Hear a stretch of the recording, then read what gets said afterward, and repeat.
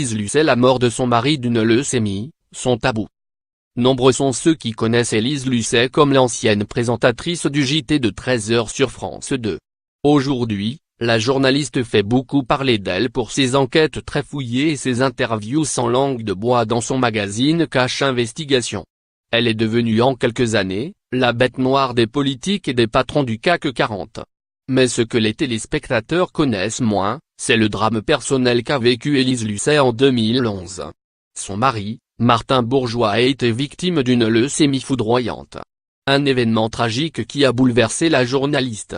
Après son départ, elle a dû gérer seule l'éducation de leur petite fille prénommée Rose et âgée de 10 ans seulement.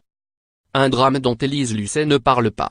Un ami évoque chez elle une espèce d'urgence vitale, qu'il lie aux accidents d'une vie personnelle pas facile. Sa vie privée, c'est son tabou, peut-on lire dans les colonnes du Monde dans son édition du 9 mars dernier. À nos confrères, elle avait néanmoins accepté de faire quelques confidences. Une telle perte, il y a ceux qui l'ont vécu et ceux qui ne l'ont pas vécu.